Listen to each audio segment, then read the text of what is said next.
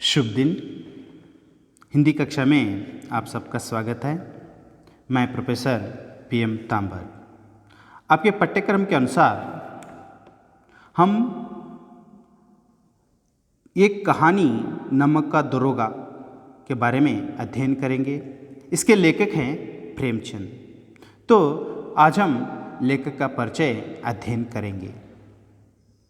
प्रेमचंद 31 जुलाई 1880 से लेकर 8 अक्टूबर 1936 तक इनकी जीवन परिक्रमा थी।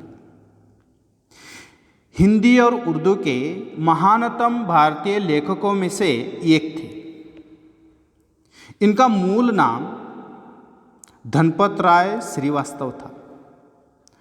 प्रेमचंद जी को नवाब राय और मुंशी प्रेमचंद के नाम से भी जाना जाता था। उपन्यास के क्षेत्र में उनके योगदान को देखकर बंगाल के विख्यात उपन्यासकार शरद चंद्र चट्टोपाध्याय ने उन्हें उपन्यास सम्राट कहकर संबोधित किया था।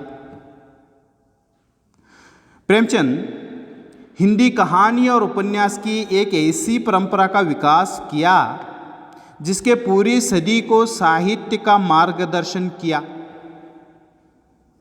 आगामी एक पूरी पीढ़ी को गहराई तक प्रभावित कर प्रेमचंद जी ने साहित्य की यथार्थवादी परंपरा की नींव रखी। उनका लेखन हिंदी साहित्य की एक ऐसी विरासत है जिसके बिना हिंदी के विकास का अध्ययन अधूरा होगा। वे एक संशोधनशील लेखक, सचेत नागरिक, कुशल वक्ता तथा विद्वान संपादक थे। 20वीं सदी के पूर्वार्ध में जब हिंदी में तकनीकी सुविधाओं का अभाव था, उनका योगदान तुलनीय है। प्रेमचंद जी के बाद जिन लोगों ने हिंदी साहित्य को सामाजिक सरोकारों और प्रगतिशील मूल्यों के साथ आगे बढ़ाने का काम किया, उनमें यशपाल से लेकर मुक्तिबोध तक शामिल हैं। उनके पुत्र यानी प्रेमचंद जी के पुत्र हिंदी के सुप्रसिद्ध साहित्यकार अमृत राय हैं, जिन्होंने इन्हें कलम का सिपाही नाम दिया। यानी अमृत राय जी ने प्रेमचंद जी को कलम का सिपाही से नाम दर्ज किया था। उपन्यास सम्राट मुंशी प्रेमचंद जी का जन्म 31 जुलाई 1880 को काशी के निकट लम्ही नामक गांव में हुआ था। आपके पिता का नाम अजब राय था तथा माता का नाम आनंद देवी था। आपका जीवन बहुत ही संघर्षपूर्ण रहा। आपने घर पर ही पढ़कर इंटरमीडिएट एवं BA की परीक्षा उत्तीर्ण की। आप पहले नवाब राय के नाम से उर्दू में लिखते थे।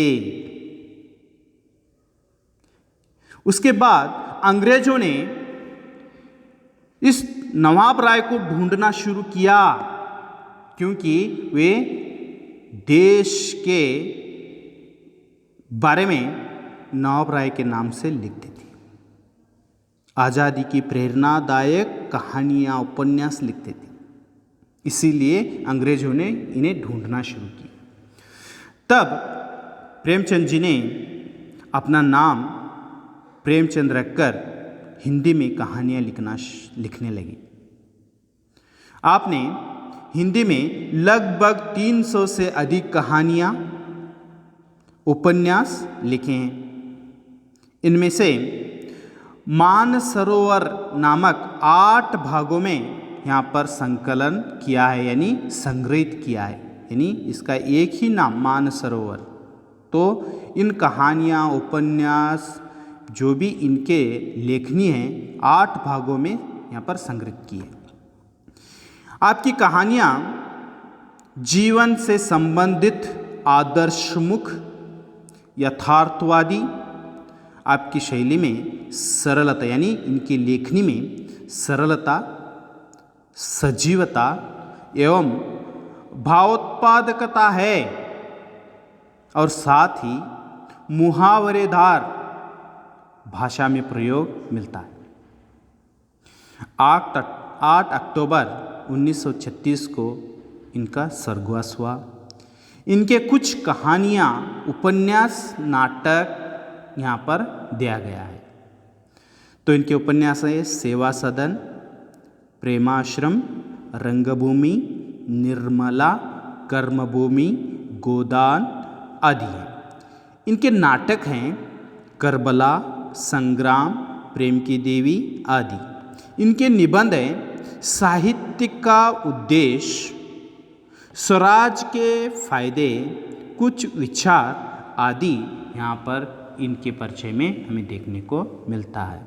तो बचा हुआ जो कहानी है नमो का दरोगा, उसके बारे में अगले वीडियो में अध्ययन करेंगे। तब तक के लिए नमस्कार।